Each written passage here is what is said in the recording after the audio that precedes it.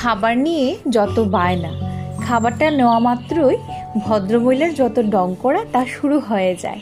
এই তো বল নিয়ে খেলা করতে শুরু করলো।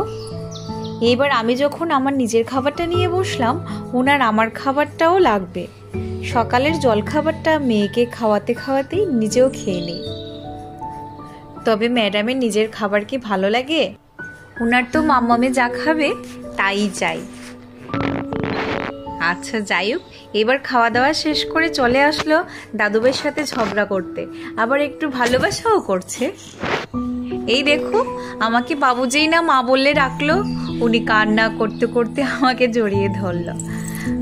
শ্রীর মনে যে না, আমার মা শুধু আমার মা, অন্য কেউ কেন মা ডাকবে। ঘরের সমস্ত কাজকর্ম শেষ করে মেয়েকে নিয়ে বসলাম একটু খেলু করতে। এইটা নাকি ওর ফ্রেন্ড, ও খুব ভালোবাসে ওর ফ্রেন্ডকে।